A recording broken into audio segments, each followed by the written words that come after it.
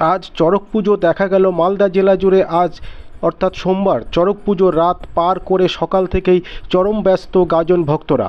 প্রতি বছরের ন্যায় এবছরও চড়ক পুজো উপলক্ষে সোমবার সকাল থেকেই শহর থেকে গ্রাম বিভিন্ন প্রান্তে লক্ষ্য করা গেল গাজন উৎসব। ঠিক সেই রকমই পুরাতন মালদা মোহনবাগান মাঠে গাজন উৎসবের ছবি।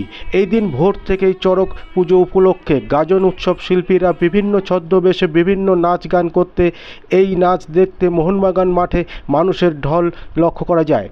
এবং এদিন কেউ কালী, কেউ শিব, রাধাকৃষ্ণ সহ বিভিন্ন দেবদেবীর সাজে অনুষ্ঠানে অংশগ্রহণ করে।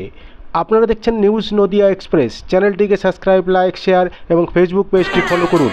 আর দেখুন নিউজ নদিয়া এক্সপ্রেস।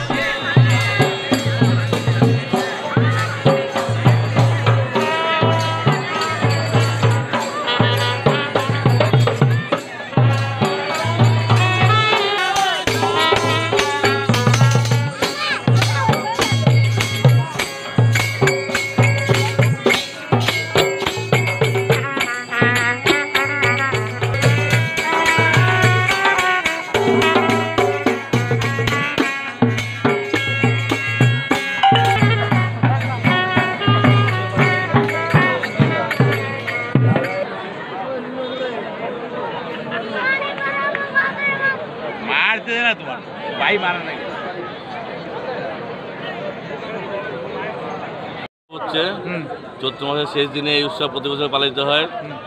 এটা বছরের সবচেয়ে শেষ উৎসব, চড়ক মেলা যাকে বলে। এই অনুষ্ঠানটি গত 15 দিন ধরে চলছে। এখানে প্রতি বছরই বারণী স্নান থেকে শুরু হয়, দিয়ে পাড়ার ছেলেরা তারা সন্ন্যাসী সেজে গ্রামে বাড়ি বাড়ি যায়, যা ভোগ পায়, অন্য যা চাল ডাল যা পায় তাই তাদের খাবার দাবার হয়। খুব কষ্টে চলে এদিন তাদের।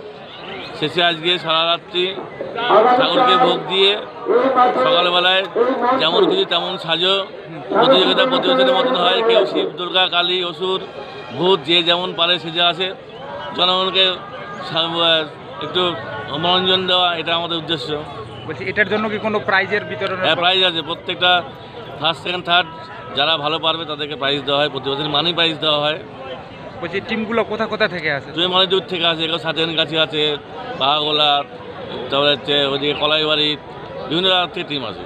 কী নিয়ম রয়েছে পুজোর নিয়ম? তো এটা মেনলি চড়ক পূজা উপলক্ষে মেলা হয়। এটা বারণীর স্থান থেকে মানে উৎসবটা শুরু হয়। আমাদের এখানে পাণ্ডব ঘাট আছে, পাণ্ডব ঘাটে প্রতি বছর বারণীর স্নানের মেলা হয়। সেখান থেকে স্নান করে ছেলেরা, ঠাকুর আছে নিমাই সন্ন্যাসী, নিমাই চাঁদ, এই নিমাই চাঁদকে নিয়ে গ্রামে গ্রামে ভিক্ষা করে যা কিছু পায় সেটা নিয়ে তারা অন্নভোগ করে প্রতিদিন সন্ধ্যায়। কত বছর ধরে হচ্ছে এটা? প্রায় 34 থেকে 25 বছর চলছে এখানে। ঠিক আছে, আপনার নাম? আমার নাম বিপ্লব বিশ্বাস, আমি সেক্রেটারি এখানকার।